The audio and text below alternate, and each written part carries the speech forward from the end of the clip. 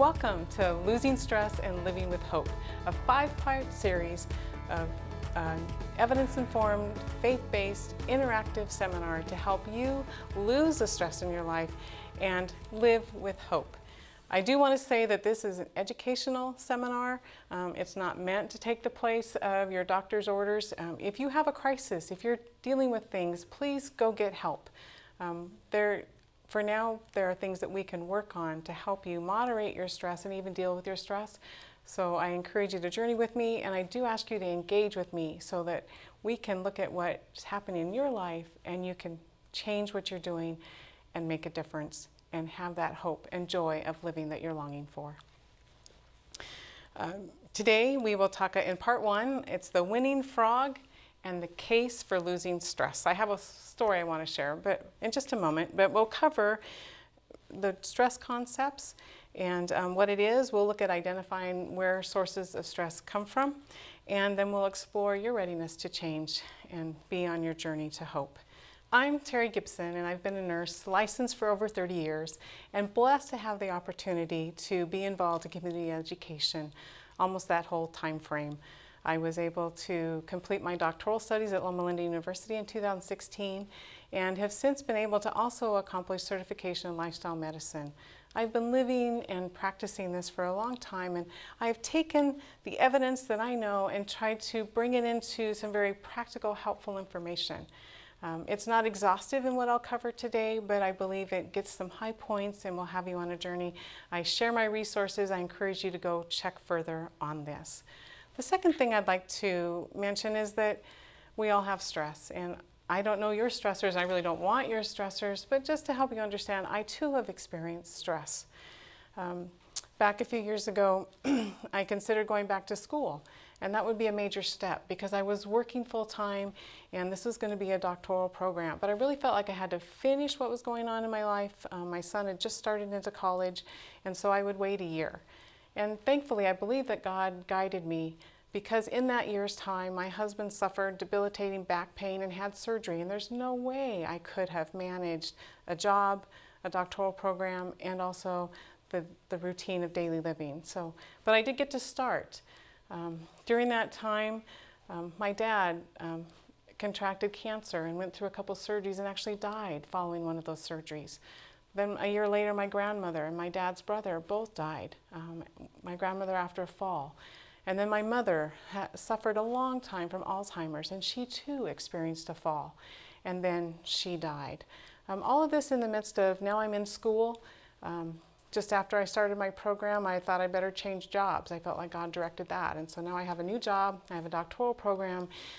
But the blessing in all that is that I had to travel quarterly to California. And I took the opportunity to make stops in other places and was able to see my family members during that span of 3 years. And then towards the end of my program, about 2 years into it, I felt like God called me here to teach at Southwestern Adventist University in the nursing department. I felt like that was a great career change and a great opportunity, but not a smart thing to do when you're in a doctoral program and you have already settled on your project. But God took me through all that. The point I would make is that what I'm sharing with you in this series is things that I practice on a daily basis. And I believe that though I have stresses and show my stress response from time to time, there is a way to overcome, and you can lose the stress and you can live with hope and enjoy life in the process. So enough of me, let's get started. But do you mind if you go for a minute with kind of a little side story that makes an illustration?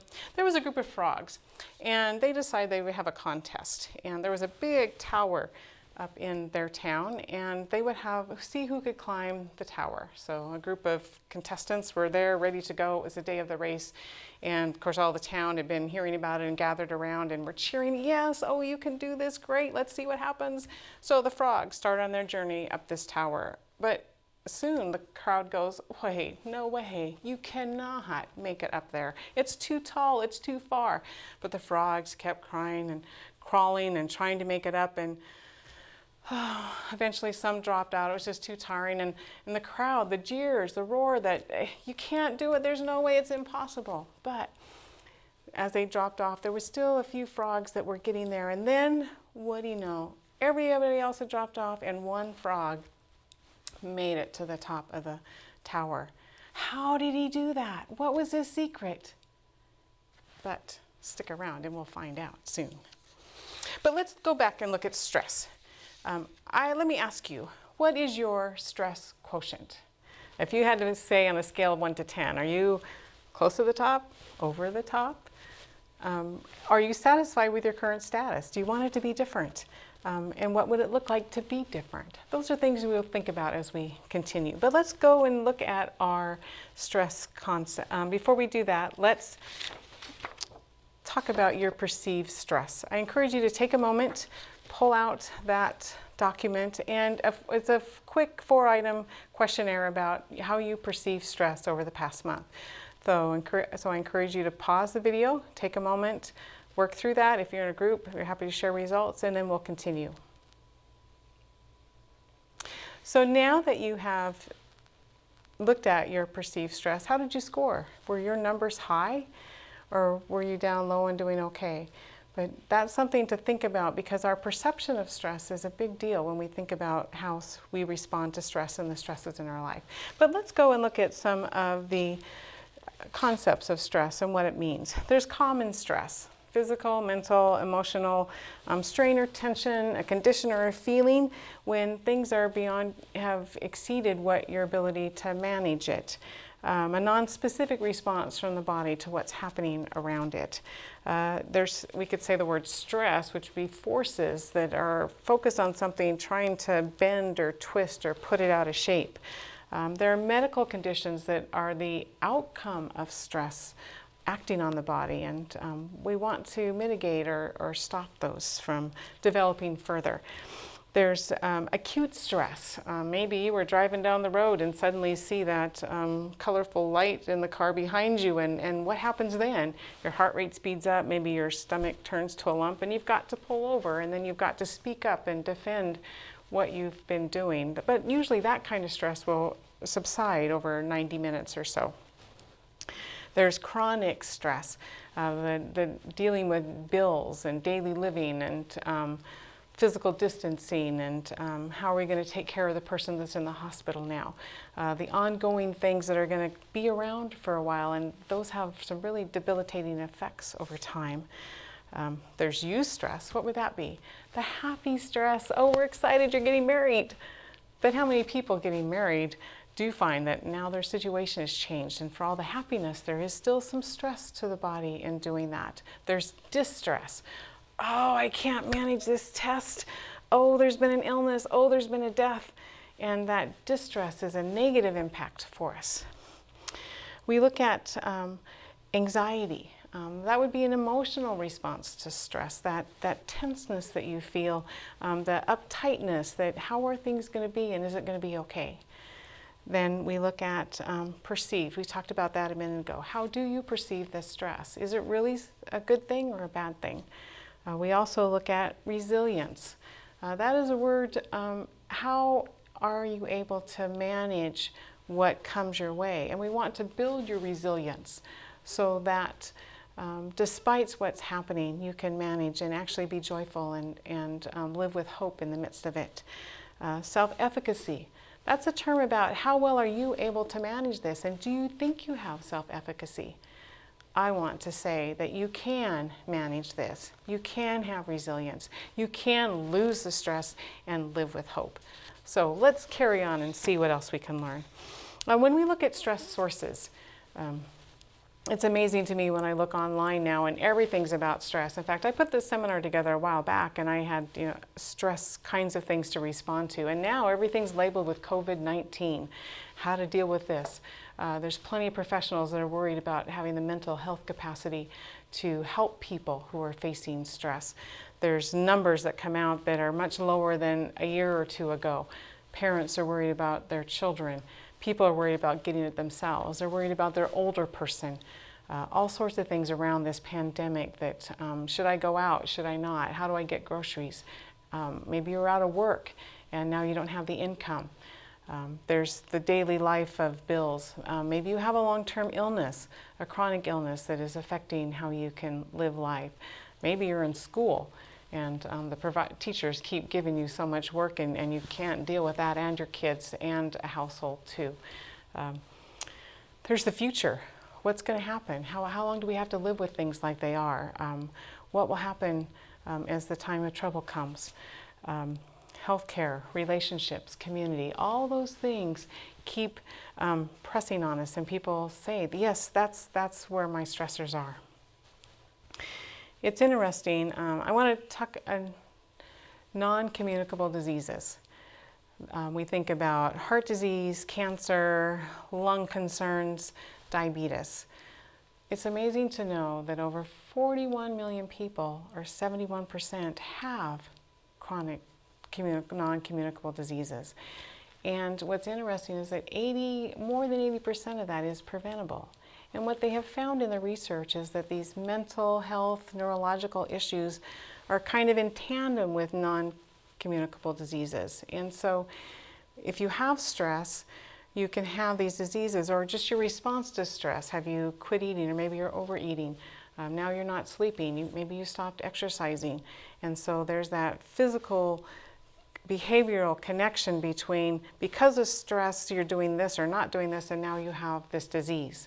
There's also the hormonal kind of influence that we think that when your stress levels are up, your cortisol levels are up, and then that affects some of the internal chemistry in your immune system. So we want to talk about communicable disease in the midst of stress, because whether or not you exercise, depending how you eat, your use of substance or abuse of them, alcohol use, those kinds of things can make it worse in the midst of stress. But we're going to get to all that as we go forward. Let's look at symptoms. Maybe you've experienced stresses. I've actually put together a handout that has the different kinds of tenseness in the physical. But before I give you the goods on physical responses, let's check yours. So there is a stress type assessment. I encourage you to go to it, answer the questions, and then there's instructions on how to score it. Or do you respond to stress from a physical perspective, or a cognitive or a mental, your thought processes? And if you can identify how you respond to stress, then you can know maybe how to focus your efforts going forward. I really think that we need to do it in both arenas. I want you to work on your physical health, and I want you to work on your mental health. And so we'll kind of talk about those. But identifying, quantifying that might help you as we go forward. So I encourage you to pause, engage, take that assessment. As you looked at that assessment, what did you find out? Does that correlate well? When we look at the different kinds of stress responses, you can look at a physical, tense muscles, sore muscles. Maybe you're sleeping too much. Maybe you're sleeping too little. Burst of energy, no energy, nausea, heart racing, forgetful in the mental capacity. Maybe you're forgetting things. Maybe you have difficulty making decisions. You're daydreaming. You don't have any creativity. You just want to run away and hide. No sense of humor, constant worry. Or we can think about from emotional response. You're just overwhelmed. You're powerless. You feel lonely. You feel blue. You're nervous, anxious, edgy. Or the behavioral. Maybe you're just doing sloppy work, or you don't care how you dress, or forget the shower. You can't get things done. Or there's the spiritual. Are you feeling empty? Do you feel like God is far away and unreachable? Have you lost your faith? Maybe you're unforgiving. Maybe you feel bitter or resentment. Those are all symptoms of the stress in your life. But we can lose the stress, not have the symptoms, and we can live with hope. So let's look at another thing worksheet that I have for you, and that is to identify what are your stressors. I've talked about what the public says, but it's helpful if you can identify what is stressing you and to write it down. And when you write things down, you actually quantify it, and then sometimes they get a little bit smaller. So in that worksheet on identifying stressors, list your stressors. And then comes the key. What stressors can you control? What stressors can you not control? And so take that list now and divide it into two categories, because that's going to be the big deal. We're going to get to the serenity prayer later, but what can we control and what can we not control? And by quantifying that, then we can move forward.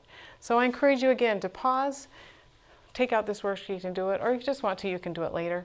This also is a good time if you're in a group to kind of talk about things, and maybe we can learn from others, or maybe we'll remember things that they mentioned, or maybe you need help identifying, can I really control that, or can I not control that? All right, let's continue. So again, I ask, what is your stress quotient? Just talking about stress, have I increased it? I hope not. When you quantify it, are you ready for some change? And then are you ready to take some steps to make a difference? So let's, if you need some inspiration, I encourage you to think about this, a couple things. There's this,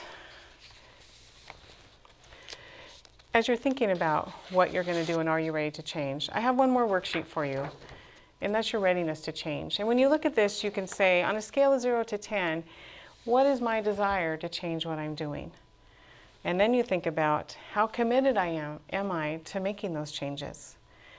And then another question is, how confident am I in my ability to change? So I encourage you to take a moment and make that assessment, because I can say everything I can about stress and give you all the tools and things, but it's still up to you, because you're the one that has to choose that, yes, this is the time, I'm done, I'm losing stress, I want to live with hope, I want joy, I want to get that back. So again, take a moment, pause, and engage with this worksheet. And once you've done that worksheet, there's the second half of that is to think about what reasons should you change. And maybe you can identify those and say, I've got to change because I can't keep doing this. Or I need to be around for my granddaughter. My home life has to improve. We love each other. Let's do something different. And as you think about why you should change, then think about, so what's going to stop you from changing? Are you too busy with work? Do you have other things? Is that stress covering your mind? But if you can identify what are those barriers, and then what are you going to do to overcome those barriers? Because somehow we have to be able to, again, quantify where we're at and say, yes, I can deal with that. Now this part of the worksheet you may have to deal with kind of as we go through these segments, because you'll get more ideas and they'll become more clear. But if you get a chance, or can at this point, pause and engage with this readiness to change worksheet.